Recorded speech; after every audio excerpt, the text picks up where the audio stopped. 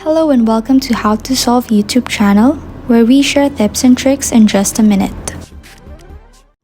Today I'm gonna show you how to fix network or cellular data issues on iPhone.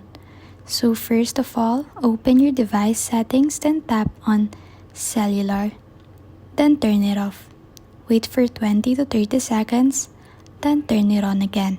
Check if it fixed the issue. But if it doesn't, open your device settings, then turn on airplane mode. Wait for 20 to 30 seconds, then you can turn it off again. Check if it fixed the issue. But if it doesn't, remove your SIM card from your phone and wait for some time. Then, reinsert your SIM card on your iPhone. Check again if it fixed the issue. But if it doesn't, open your device settings, then scroll down to General. Tap on Transfer and Reset iPhone. Then, tap Reset Network Settings. Provide your passcode, then tap on Reset Network Settings. Wait for some time and hopefully this will fix the issue.